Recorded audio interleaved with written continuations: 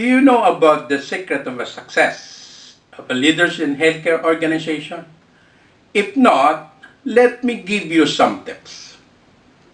Hello everyone, my name is Ronald. Today, I'm going to talk about leaders, their special qualities, and unique characteristics.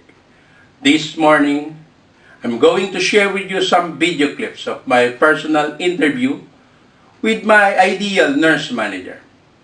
Come and join me. Visit her. Let's get to know her more. If you find this video educational, please don't forget to follow, like, and share. Leave your comments below this video. Thank you.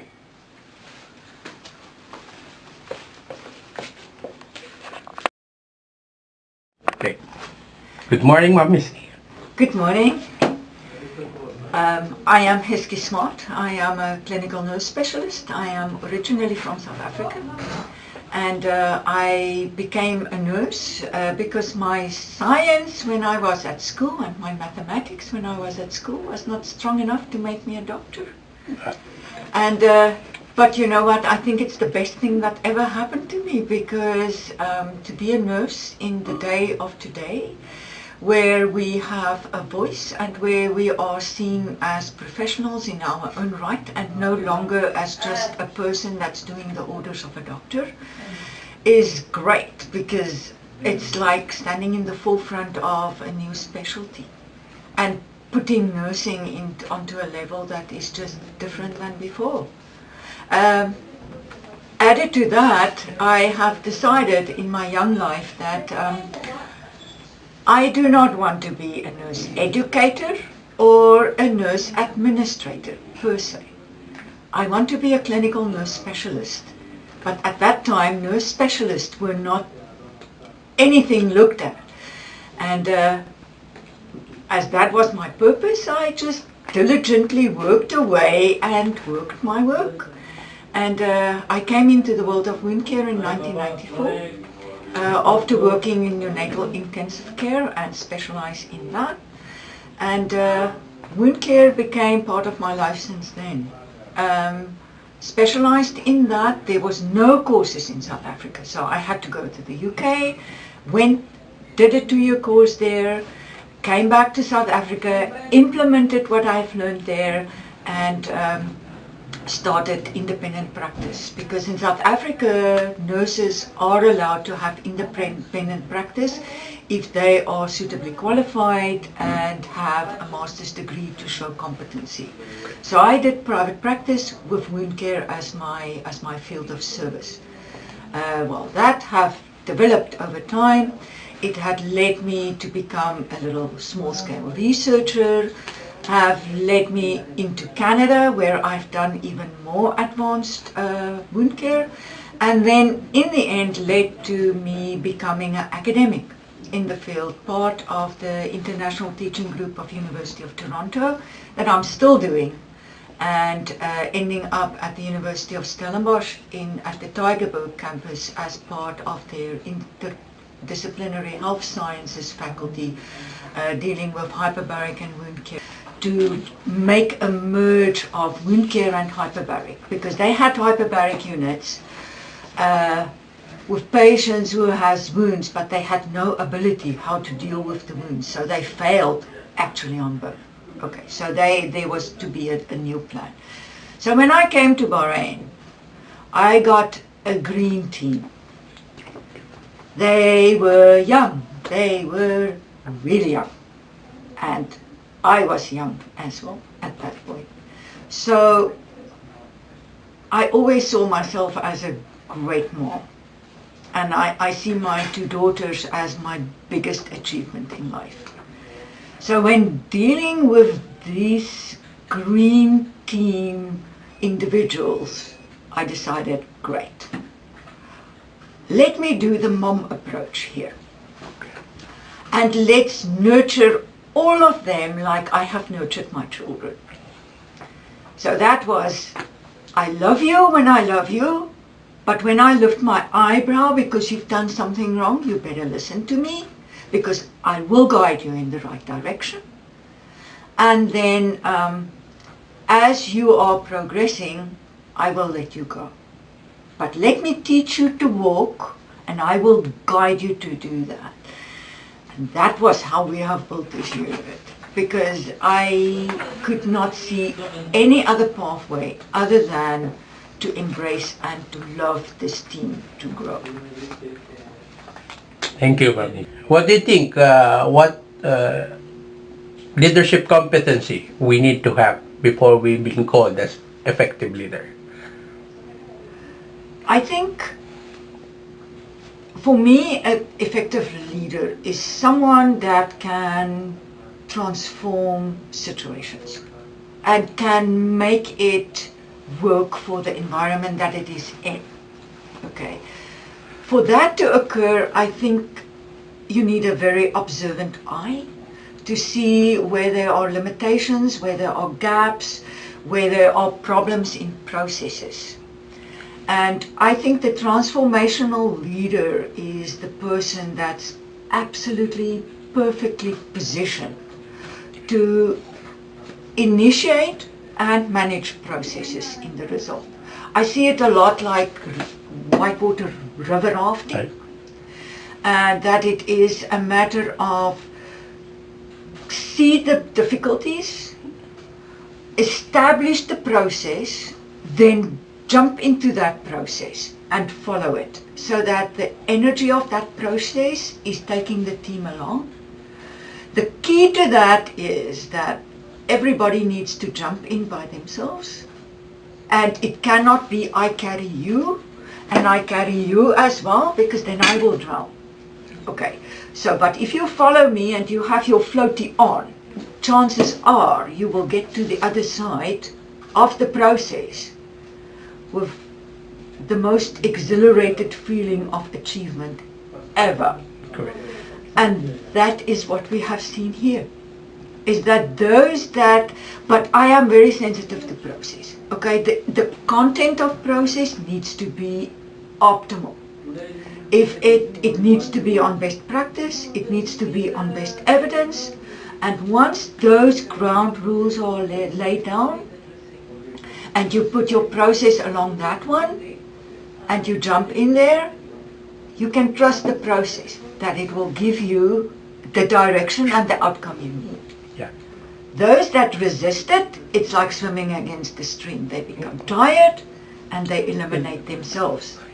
Those that's trying to put extra rules in is just creating obstacles, making it very difficult for the process to flow. And then they eliminate themselves as well, because they are so busy building obstacles that by the time they finish the obstacle, the whole team have already bypassed them and they have missed the process. Yes. Thank you for that. Another question, Ma'am Hiski. How are you able to manage stress, or rather identify your leadership weaknesses? Stress is something that's very real to all of us. For me, my biggest challenge is that I internalize stress, and because I'm very intuitive, I feel stress around me very, very acutely.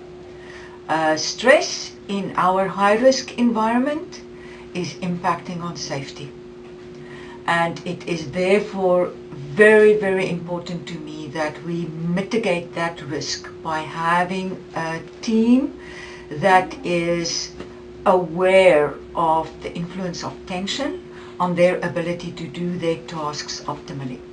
So what we have done is I have a rotation of work, and I have paired staff two together, and that changes every month.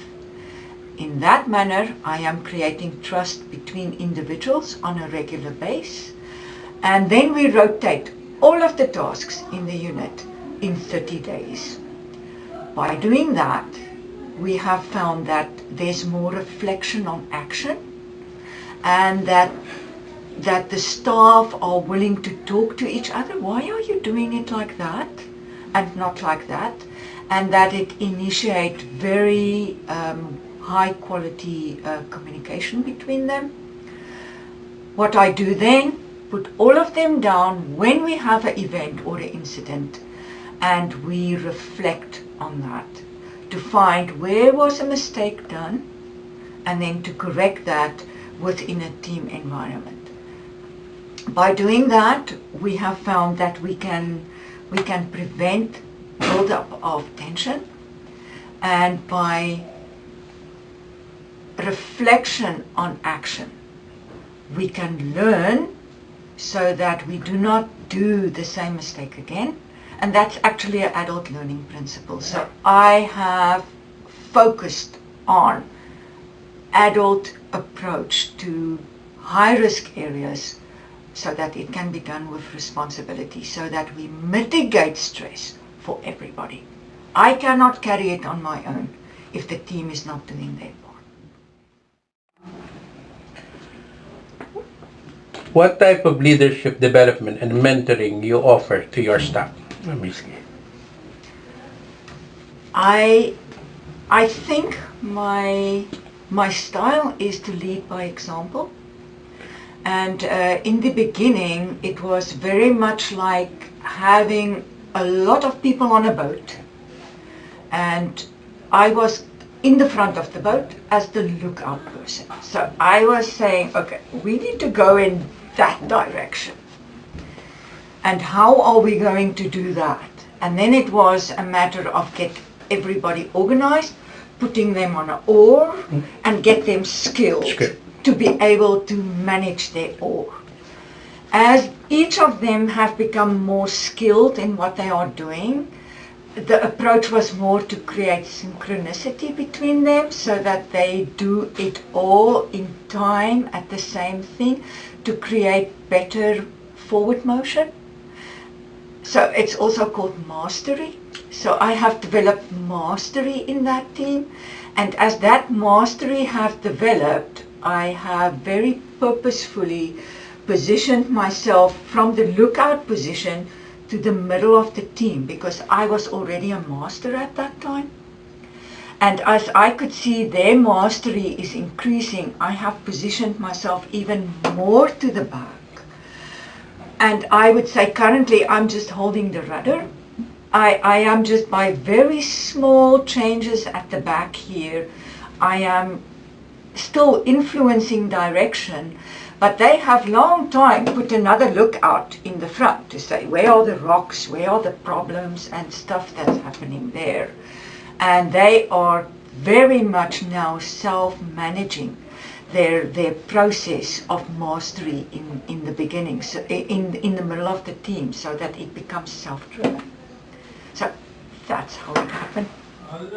Thank you. Ma'am Hiski, what do you say about idealistic influence in relation to leadership? I am all for idealistic influence if it's built on a true principle.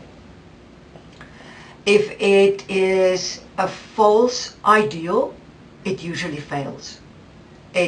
And it creates a lot of disrespect in the end, because it was just exposure of something that was not true.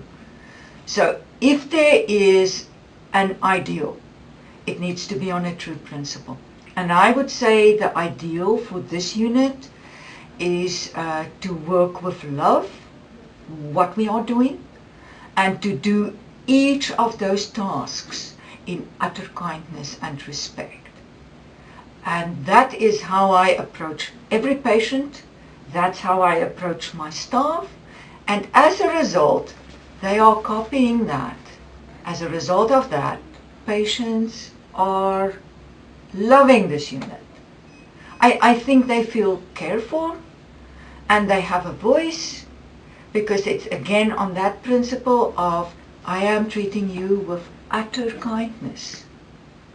As a result of that, the patient will allow me to once or twice make a small mistake in creating the correct pathway for him.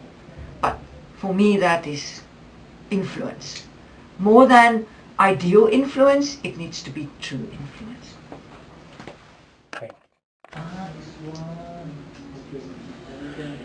One last question, Ma'am Hiski. Do you have any idea about entrepreneurial and financial skill in relation to nursing? Yes, I do. Because I was an independent practitioner, I was in private practice in South Africa. And the skills that I have learned there was very much to do with surviving in a business environment while providing care, which is a big challenge. Coming to the unit where I am now, by virtue of being a wound specialist, I was confronted with skin safety protocols in our hospital. And my team have also expanded to be able to take care of all the wound care needs in the hospital. As a result, pressure injury has become my baby. And we have audited that because I believe we cannot do any decisions if we do not have data to base that on. So we have collected data on pressure injury prevalence and incidence from 2013 when I came here. So we have a very well established database to work on. We have done small changes to make sure that we prevent that, because having a pressure injury, stage 4 pressure injury for a patient in a hospital will equate to 400 BD of money spent a day on that one patient. It's money that we do not have in our system. It's money that could be saved if we have prevented that. So as a result of that, we had a key performance improvement project to make sure that we bring pressure injuries down lower than the international benchmark, which is 1.8% incidence, and maintain it there, because that is the amount of expenditure that from the budget of the country we can allocate to that. As a result of that, we have reviewed the system on how nurses are doing skin assessments, how they do turning, how they manage devices in patients, how they deal with the nutrition of their patients, the moisture, how they deal with the surfaces of the beds. As a result of that, we have done audits on all of the bed mattresses to see what is the sagging ratio in relation to being the whole mattress. So where we have a ratio that went beyond 50% of sag, we had eliminated those mattresses out of care because it immediately added to the pressure that was directly onto the sacrum. We have overhauled intensive care beds to help nurses by adding rotational beds into that to help them on their turning times. We have also reviewed the use of gel beds with a low air loss system built into that one, where the micro movements of the patient itself provides the micro movements in the mattress to prevent pressure injuries, so that we don't have more skills that needs to be taught on pumps, more maintenance on pumps. Again, it saves money. And it's quiet. Patients can rest, patients can heal, patients can get better. So we have overhauled pediatrics, long-term care, and we are now working towards establishing our benchmark on 0.2%, which was what we have achieved at the end of 2018, at the end of our performance project. So I'm very happy to see if we can maintain it, and if we remain on 0.5%, I know that all the expenditure that was done on mattresses, devices, heel protectors, all of that was worth it.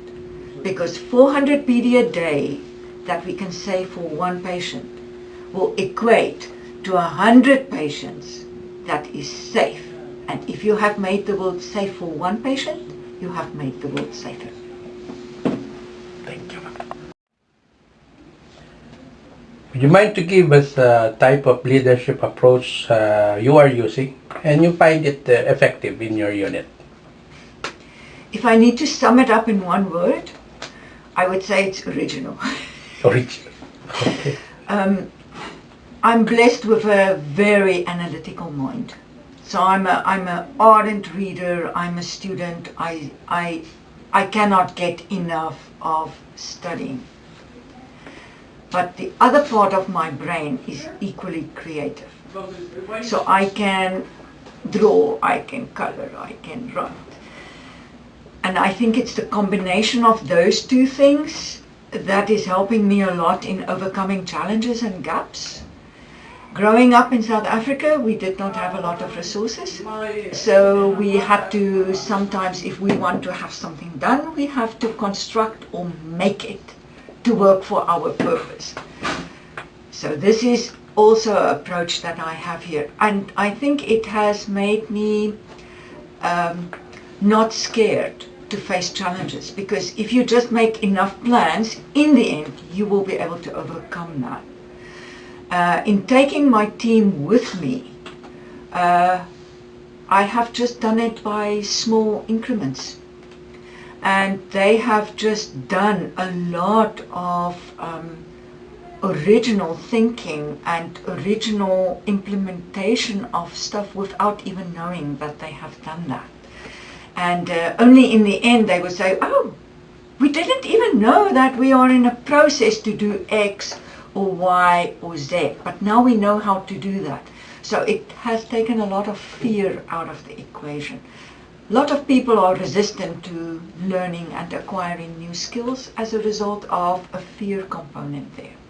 By doing it small and doing it creative with what you have, it's self-constructed and it is from within. Ownership is there. And I think that has helped. Do you think, Ma'am Hiski, this is the way that your staff been seen as empowered and motivated? Can you tell me about something more? Sure. Because they are so actively part of the process. They have swum in the stream with me, with their floaties. A lot of them have become so skilled that they could throw their floaty away, and that they are now starting to swim with me in the front and saying, I think we need to do this, and we need to do a little bit of a tweak here. We have a law in this unit that anything that is to do with safety is non-negotiable. If we need to do changes on safety protocols, the team needs to agree to that 100%, and everybody needs to do that, because we can't have half of the team doing one thing and the other half not doing it. And by doing that, we have team ownership, and we have everybody that is piping in and saying, let's change just a small bit of the process and make just this little bit better. And by having a lot of small changes, we have created a very structured environment with a process that's running very, very well. And I have learned, if my process is well constructed, I can always trust the process. I think you have been covered some of my question, and I'll be satisfied about it. Would you mind to tell us your final words regarding this session of leadership, qualities and characteristics? If you have something to share for the new leaders and managers, please do so. I think it's important to be true to who you are, to what you believe in, and what you have set out as the purpose for your own life. And if that is well set out and on true principles, and the process is well set up, people will automatically follow you. Because everybody wants to be part of a winning team. Everybody wants to be part of an exhilarating life experience. And everybody wants to look back on their life and say, you know what? I have done significant things in my life. It was a huge challenge to do that. But if push comes to shove, I will make exactly the same choice again. I will face all of those challenges with less fear, with more boldness, with more plans, and with less fear of failure in the eyes of my peer. because it's only in trying and trying again that we can get a perfect life. And we have seen that. I have seen that in my life. And as I'm going on in my journey, I have seen that I was so focused on purpose that things have come my way that have enhanced my purpose without me aiming for those things. It is just all of the benefits that came as part of a very well set goal to be that person that I was designed to be, and that I was positioned to be for the purpose of other people and to the benefit of life. Thank you, ma'am, for sharing your thoughts and ideas. It is a really productive interview that we had this morning. I would like to thank you for giving me the chance and giving me this opportunity to have you with us. This will help me for my course in relation to my masteral in nursing administration. I'm really glad that I choose one, and I'm really happy to choose the respected and high caliber nurse manager here in King Hamad Hospital, Bahrain. Thank you so much. It's my pleasure to do this, and I wish you all of the best for your future. Thank you. And if I can give you one word of advice here, be a lifelong learner. Do not be scared to challenge yourself, even in your older age, because that's the time when your most effective learning will take place. Thank you, ma'am. I appreciate it.